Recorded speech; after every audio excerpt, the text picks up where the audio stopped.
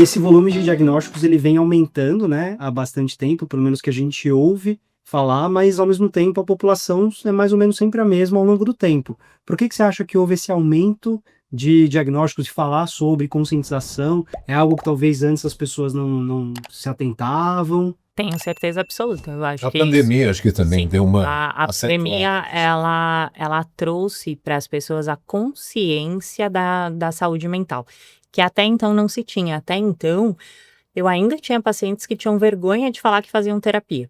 Então, que escondiam que iam no psicólogo, porque ainda tinha todo aquele estigma de que a pessoa que vai na psicologia é louco e tal. Ainda existe isso. Você vê, a gente tá falando de 2020, não faz tanto tempo assim, né? São 5 anos de diferença de lá pra cá. E eu ainda tinha esse tipo de paciente, assim, então o pessoal ainda tinha um pé atrás, tá? E aí a pandemia, ela mostrou para as pessoas a importância da saúde mental, da saúde como um todo, né? Mas a saúde mental, ela ganhou um campo. E aí a gente começou a falar sobre o que começou a acontecer. As pessoas deixaram de sentir vergonha e passaram a buscar ajuda. Então sempre existiu, né? Sempre teve autistas de nível 1, sempre tiveram pessoas com TDAH, pessoas que, lógico, nós somos seres humanos, somos adaptáveis. A gente se adapta, se de repente tudo acabar e virar tudo floresta, a gente vai aprender a se desenvolver na floresta novamente, né? Vamos sofrer? Vamos ter nossos percalços? Vamos, mas vamos conseguir nos adaptarmos. E é o que essas pessoas fizeram a vida inteira. E aí chegou um momento que elas falaram assim, nossa, eu tenho o direito de cuidar de mim. E aí isso fez com que elas começassem a buscar. E a internet possibilitou isso, né? E hoje a gente tem um outro quadro. Hoje a gente tem pessoas buscando terapia, assim, cuida aí de mim, vê aí se tá tudo bem. Não tenho nada, não tenho, mas vai vendo aí. Eu quero me conhecer, quero saber quem eu sou, quero poder falar da minha semana, quero... Coisa que antigamente, assim, as pessoas vinham pro consultório quando elas estavam muito mal. Já tentaram de tudo, o primeiro recurso era sempre a psiquiatria, o medicamento. E aí só quando o medicamento sozinho não fazia nenhum tipo de efeito ou pouco efeito, é que as pessoas acabavam buscando algum tipo de auxílio e de ajuda.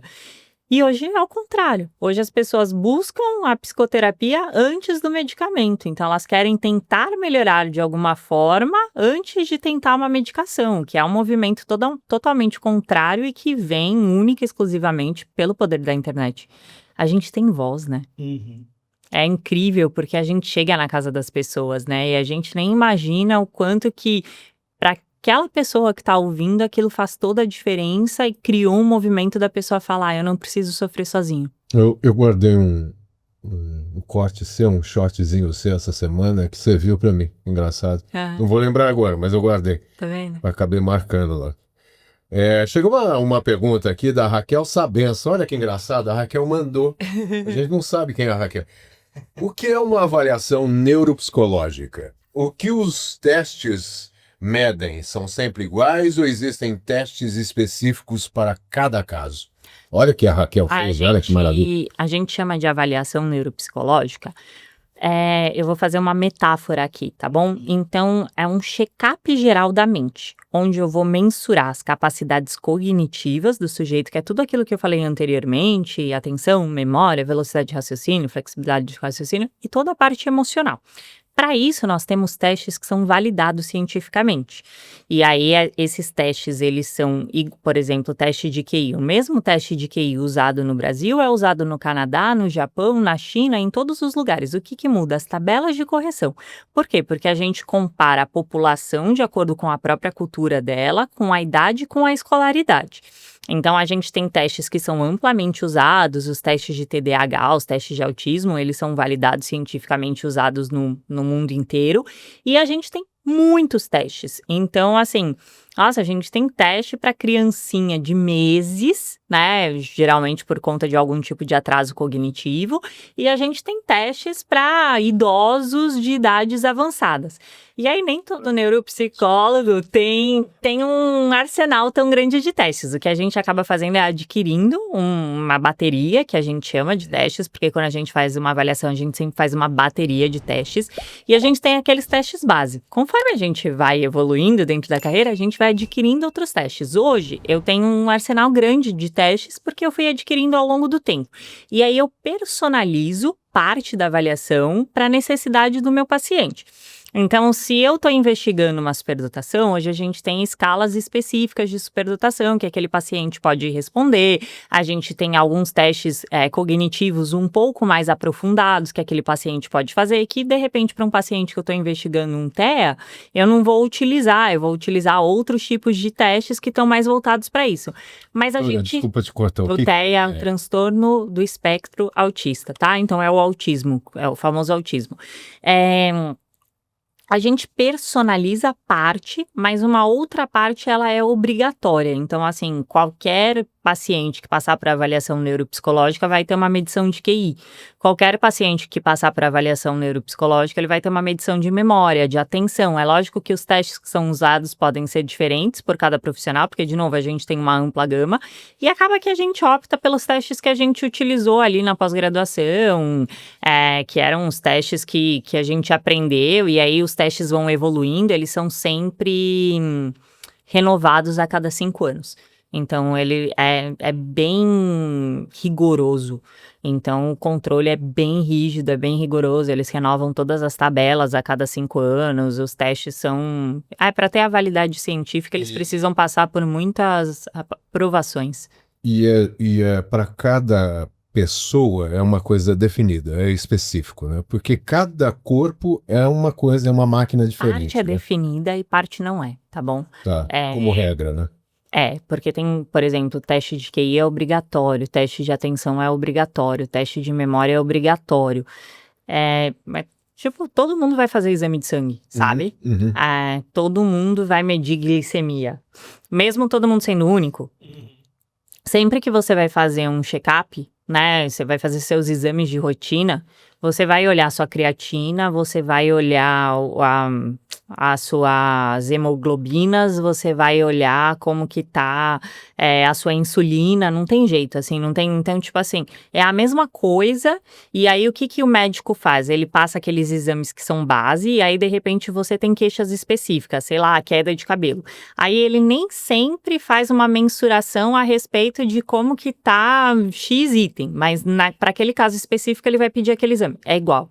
Então, tem coisas que são a base que todo mundo vai fazer e coisas que você pode pedir especificamente por conta daquela investigação. Mas tem o básico que todo mundo vai passar igual. Perfeito. Acho que de maneira geral, o sintoma e a doença é uma coisa e o teste, a avaliação para identificar o sintoma e a doença é outra. Para quem está assistindo, que sintomas ou que indicativos as pessoas deveriam pensar e falar, talvez seria valioso para mim, para melhorar minha qualidade de vida, fazer uma avaliação neuropsicológica? Sempre que você percebe que você tem sofrimento, é o principal ponto de alerta, assim, sabe? Então, não é normal sofrer. Então, sempre que existe um sofrimento envolvido, é importante que você investigue, né? Agora, se você, de repente, é desatento, mas você conseguiu se adaptar, hoje você estuda super bem, pra que você quer saber se você tem ou não um TDAH? Então, assim, a gente considera um transtorno tudo aquilo que diminui a qualidade de vida daquele paciente.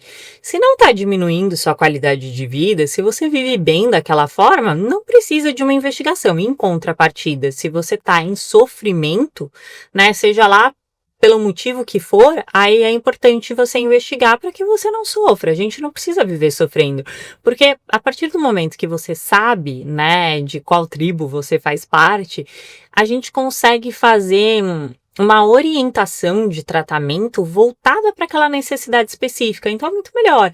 Vamos colocar uma dor de estômago. É uma dor de estômago.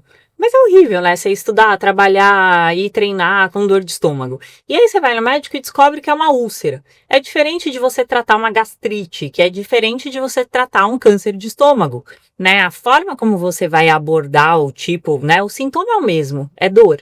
Mas quando você entende a causa, você consegue ir pela raiz daquele problema. É exatamente a mesma coisa com a saúde mental, assim, é muito próximo. Então, quando você descobre o que está causando aquilo, você consegue atacar aquele sofrimento de uma forma mais assertiva. Porque se eu der um tratamento para gastrite para um paciente com tumor, ele não vai responder bem àquele tratamento. E é o que muitas vezes acontece, né? Às vezes as pessoas buscam uma psicoterapia tradicional, não conseguem ter resultado, porque a forma de um neurodivergente pensar é diferente de um neurotípico que a gente fala.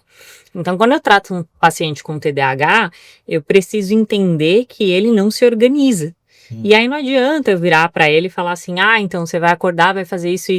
Para ele não funciona, você precisa adaptar aquela rotina de uma forma funcional para ele.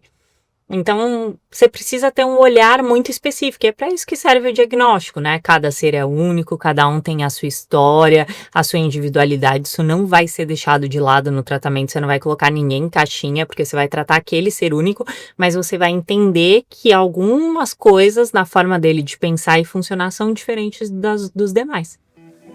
Esse aqui foi mais um corte do canal de cortes do Macaco Neutro Podcast. Agora clica nesse link abaixo para assistir, porque esse episódio tá maravilhoso. Novas entrevistas todas as semanas. Não deixa de seguir e se inscreva no canal.